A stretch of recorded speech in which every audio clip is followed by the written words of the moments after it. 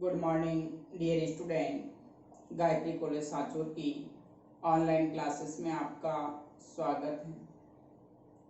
आज हम BSc BEd part first inorganic chemistry के अंदर नेक्स्ट जो टॉपिक है करैक्टरिस्टिक ऑफ एमोड यानी मॉलिक्यूलर ऑर्बिटल थ्योरी, इसके मुख्य गुण क्या क्या है।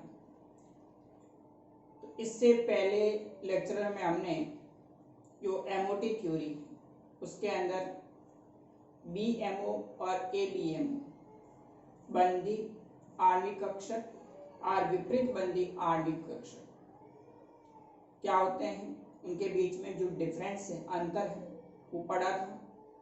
उसके बाद में जो एटॉमिक ऑर्बिटल्स ओवरलैपिंग करते हैं तो उसके लिए मुख्य क्या क्या शर्तें होती हैं, तो उस पर हमने डिस्कस किया था। आज हम जो एमओटी थ्योरी है उसका रूल्स या जो करैक्टरिस्टिक यानी गुण है उस पर डिस्कस करेंगे। तो देखिए, हमने कहा था कि एमओटी जो सिद्धांत होता है, एमओटी सिद्धांत के अंतर्गत जो एटॉमिक ऑर्बिटल्स अतिव्यापन में भाग लेते हैं तो उनसे बनने वाले जो मॉलिक्यूलर ऑर्बिटल होते हैं उनकी ऊर्जा समान, यानी एटॉमिक ऑर्बिटल्स समान ऊर्जा वाले, समान प्रकार के जो एटॉमिक ऑर्बिटल्स होते हैं उनके ओवरलैपिंग से मॉलिक्यूलर ऑर्बिटल का निर्माण होता है। दूसरी बात कि जो मॉलिक्यूलर ऑर्बिटल्स बनते हैं उसमें दो प्रकार के आधे होते हैं, वो बॉन्डिंग मॉलिक्यूलर ऑर्बिटल बंदी आणविक कक्षक होते हैं, और आधे होते हैं वो विपरीत बंदी आणविक कक्षक एंटी बॉन्डिंग मॉलिक्यूलर ऑर्बिटल होते हैं। तो जो परमाणुीय कक्षक अतिव्यापन में भाग लेकर के आणविक कक्षक का निर्माण करते हैं, परमाणुीय कक्षक और बनने वाले जो आणविक कक्षक है उनकी संख्या हमेशा इक्वल होती है, बराबर होती है। यदि दो परमाणुीय कक्षक भाग लेंगे तो दो आणविक कक्षक बनेंगे, तीन परमाणुीय कक्षक भाग लेंगे तो तीन आणविक कक्षक का निर्माण होगा। इसके अलावा ओवरलैपिंग के अंदर हाफ फील्ड है, फुल फील्ड है, या जो वैकेंट ऑर्बिटल है वो भी भाग लेते हैं। अर्धपूरित, पूर्णपूरित या फिर जो रिक्त कक्षक होंगे वो आपस में ओवरलैपिंग करके मॉलिक्यूलर ऑर्बिटल का निर्माण करेंगे। इसके अलावा जो मॉलिक्यूलर ऑर्बिटल बनता है एमओटी के अकॉर्डिंग, तो उसके अंदर जो इलेक्ट्रॉन भरने का क्रम होता है वो आबो नियम के अनुसार होता है। हमने पढ़ा था प्रीवियस क्लास में, आपने पढ़ा होगा आबो रूल्स के अंतर्गत हुर्ट्ज का नियम है, हुर्ट्ज की जो बहुता का नियम है, N+L का नियम है, पाउली का अपवर्जन का नियम है, तीनों नियम आते हैं जिसको आप आबो नियम कहते हैं। तो आबो नियम के अनुसार सबसे पहले इलेक्ट्रॉन हमेशा लोवेस्ट एनर्जी लेवल वाले जो एटॉमिक ऑर्बिटल होते हैं, मॉलिक्यूलर ऑर्बिटल होते हैं, उसके अंदर भरे जाएंगे। उसके बाद में धीरे धीरे पहले एक एक इलेक्ट्रॉन, उसके बाद में फिर उसका हम क्या करते हैं, युग्मन प्रारंभ करते हैं। तो आबो नियम के अनुसार इनके अंदर इलेक्ट्रॉन भरे जाएंगे। और विशेषकर हम एमओटी थ्योरी से किसी भी मॉलिक्यूल का बॉन्ड ऑर्डर ज्ञात करते हैं, बंध क्रम ज्ञात किया जाता है।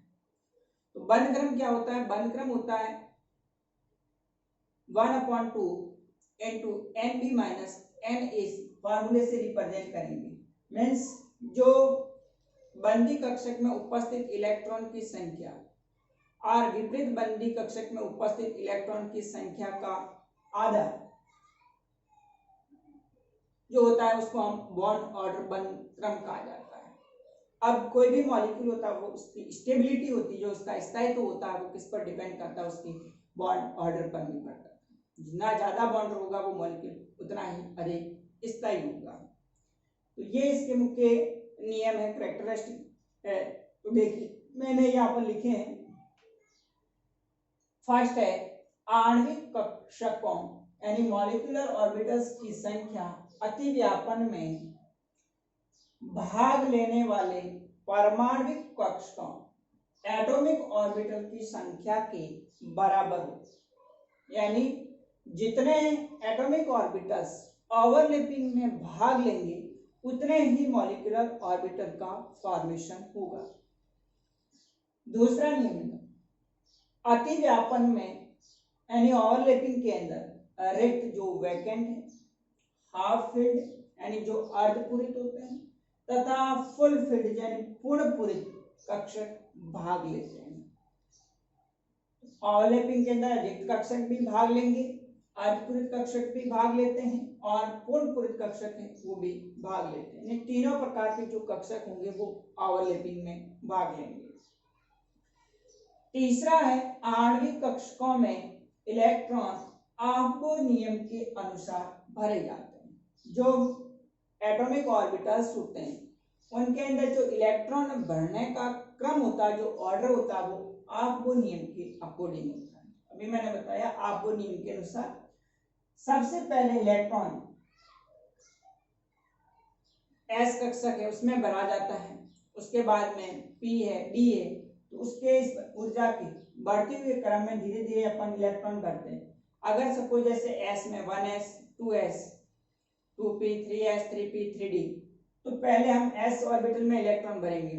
अगर एमओटी थ्योरी की बात करें अपन, मॉलिक्यूलर ऑर्बिटल में निम्न ऊर्जा स्तर वाले जो कक्षक होंगे उनमें पहले इलेक्ट्रॉन भरे जाएंगे।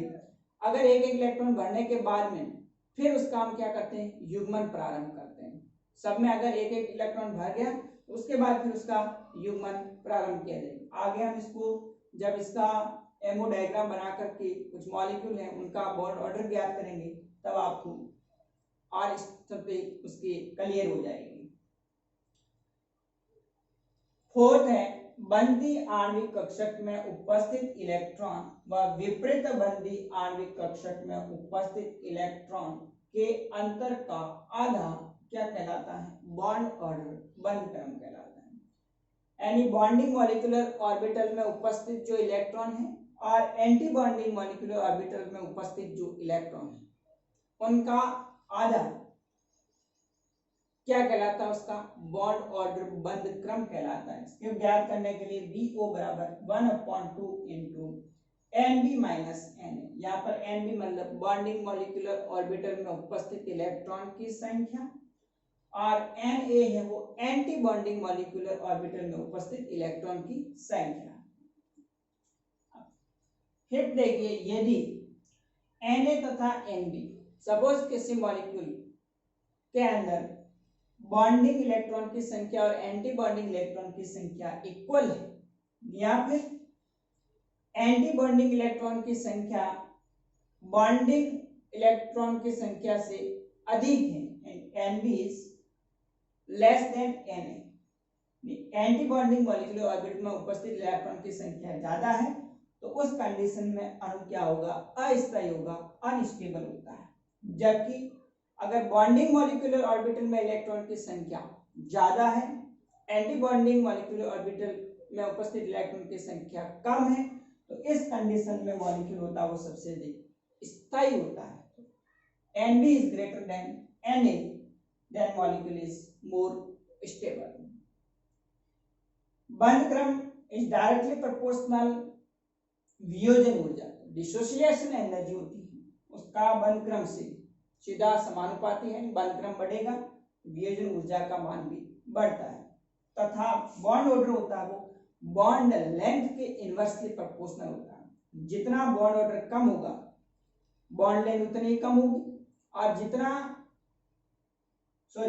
बॉन्ड ऑर्डर होगा, जितना बॉन्ड ऑर्डर ज्यादा होगा, बंद क्रम ज्यादा होगा, तो बंद लंबाई क्या होगी, कम होगी, और बंद क्रम कम होगा तो बंद लंबाई क्या होगी, ज्यादा होगी। जैसे अपन बात करें एक सिंगल बॉन्ड है, एक डबल बॉन्ड है, एक ट्रिपल बॉन्ड है, जैसे जैसे बंद लंबाई कम होती जाएगी तो क्या होगा, वो बॉन्ड है उतना ही ज्यादा स्ट्रांग होगा। तो बंद लंबाई जो होता है वो बॉन्ड ऑर्डर की इनवर्सली प्रोपोर्शनल होता है, व्युत्क्रमानुपाती होता है। जैसे जैसे बंद क्रम बढ़ता जाता है बंद लंबाई क्या होती है, घटती जाती है तथा अणु के स्थायित्व में वृद्धि होती है। तो ये थे मुख्य इसके एमओटी जो नियम है, एमओटी जो सिद्धांत है उसके मुख्य नियम, कैरेक्टरिस्टिक जो इसकी प्रॉपर्टीज के जो गुण है। अब हम बात करेंगे एनर्जी लेवल डायग्राम की कि किस प्रकार से एटॉमिक ऑर्बिटल मिलकर के मॉलिक्यूलर ऑर्बिटल का फॉर्मेशन करेंगे, जिसको हम एमओ डायग्राम के आधार पर रिप्रेजेंट करते हैं। तो देखिए नेक्स्ट एमओ डायग्राम।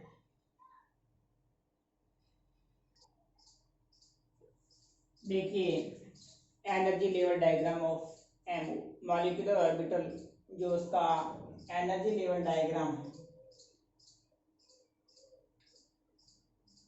उसके अंदर देखिए आप किस प्रकार से एटॉमिक ऑर्बिटल्स होते हैं, वो ओवरलैपिंग करके एमओ ऑर्बिटल बनाएंगे, मॉलिक्यूलर ऑर्बिटल का फॉर्मेशन होगा।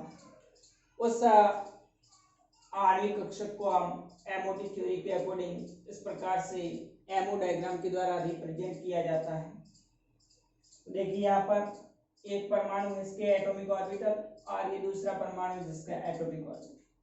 इन एटॉमिक ऑर्बिटल जैसे कि यहाँ पर 1s कक्षक और 1s कक्षक ओवरलैपिंग होगी।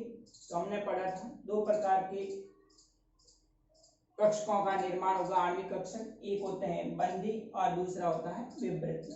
तो यहाँ 1s कक्षक और ये 1s कक्षक जब ओवरलैपिंग होगी तो दो प्रकार के मॉलिक्यूलर ऑर्बिटल बनेंगे, एक बनेगा BMO और दूसरा बनेगा ABMO। इसको हम 1s कक्षक है तो अतिव्यापन होकर के सिग्मा 1s और दूसरा सिग्मा स्टार 1s बने। फिर 2s है, इसमें भी अभी s ऑर्बिटल है, दोनों परमाणु के s ऑर्बिटल 2s ऑर्बिटल है, उसकी ओवरलैपिंग होगी, जिनमें से आधे होंगे वो बॉन्डिंग और आधे होंगे वो एंटी बॉन्डिंग। सिग्मा 2s और ये सिग्मा एंटी बॉन्डिंग 2s। तो P के अंदर तीन होते हैं, Px, Py और Pz। हमने कहा था कि जब Pz ऑर्बिटल होता है उसका लीनियर कॉम्बिनेशन के थ्रू सिग्मा बॉन्ड बनता है, बॉन्डिंग और एंटी बॉन्डिंग दोनों, और Px और Py होते हैं उसमें पार्शियली ओवरलैपिंग होकर के पाई बंध का फॉर्मेशन होता है। तो देखिए यहाँ पर 3 p कक्षक और ये 3 p कक्षक ओवरलैपिंग करके टोटल 6 मॉलिक्यूलर ऑर्बिटल का फॉर्मेशन करेंगे, जिसमें से आधे होंगे वो बॉन्डिंग होते हैं और आधे क्या होते हैं एंटी बॉन्डिंग। तो यहाँ पर पाई 2px और पाई 2py बंदी कक्षक और सिग्मा 2pz बंदी कक्षक। फिर pi star 2px pi star 2py विपरीत बंदी कक्षक और सिग्मा स्टार 2pz विपरीत बंदी कक्षक होगा। तो इस प्रकार से हम एमओटी थ्योरी के अंदर एमओ जो डायग्राम होता है उसको ऊर्जा के बढ़ते हुए क्रम में 1s कक्षक 2s 2p आपस में किस प्रकार से ओवरलैपिंग करके जो एमओ मॉलिक्यूलर ऑर्बिटल बनेंगे उनको हम एक ऊर्जा के बढ़ते हुए क्रम में व्यवस्थित करेंगे।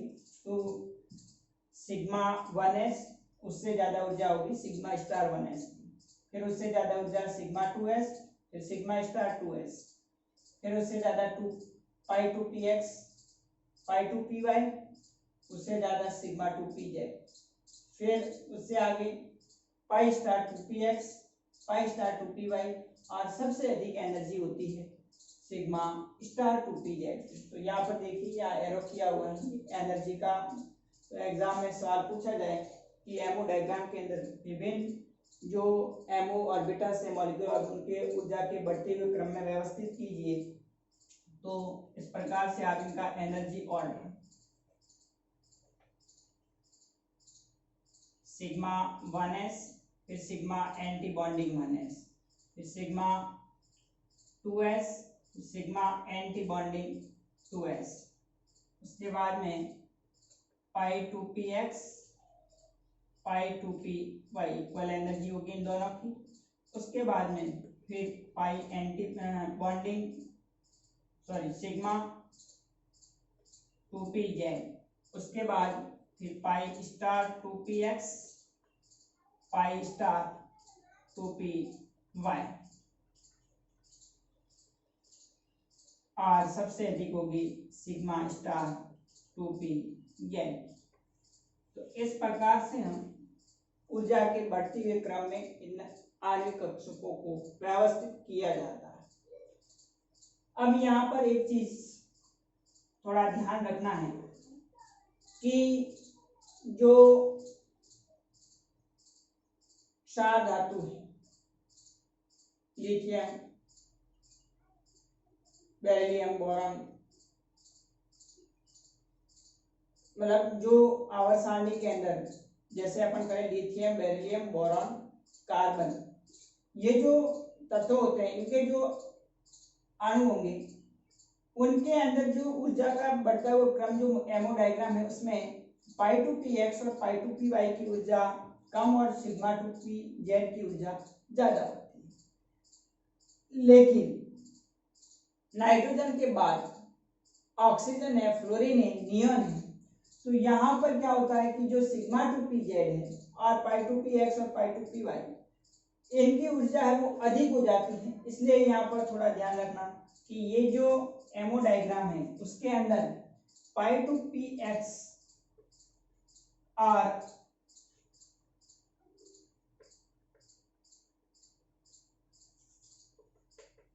पाई टू पी एक्स और पाई टू पी वाई, इनकी ऊर्जा sigma two P Z orbital से अधिक होती है। किस किस के लिए? O2n, F2n, Na2n, इन मॉलिक्यूल के लिए जब हम बॉर्ड ऑर्डर निकालते हैं तो एनर्जी में डिफरेंस होने के कारण इनकी ऊर्जा पाई टू पी एक्स और पाई टू पी वाई की ऊर्जा ज्यादा और सिग्मा टू पी जेड इसकी ऊर्जा कम होती है। इसलिए वो जब डायग्राम बनाते हैं तो उसमें टू पी जेड ऑर्बिटल को नीचे और पाई टू पी एक्स और पाई टू पी वाई ऑर्बिटल को ऊपर लिखा जाता है। तो इसका विशेषकर ध्यान रखें, एग्जाम में जब सवाल पूछा जाएगा कि O2 मॉलिक्यूल का एमओ डायग्राम के आधार पर बंद क्रम ज्ञात कीजिए, तो उस कंडीशन में आपको इस प्रकार से जब एमओ डायग्राम बनाओगे तो यहाँ पर इन दो ऑर्बिटल्स को पाई टू पी एक्स और पाई टू पी वाई को यहाँ पर और सिग्मा टू पी जेड वो नीचे की ओर होगा। तो अब हम एक एक करके जो आपके सिलेबस में कुछ आयंस भी दिए हुए हैं, कुछ मॉलिक्यूल है, उनका बॉन्ड ऑर्डर और स्टेबिलिटी और ये जो मैग्नेटिक प्रॉपर्टीज होती है, इनका चुंबकीय जो गुण होता है, उसको हम ज्ञात करेंगे। तो आज के लिए इतना ही। Okay, thank you.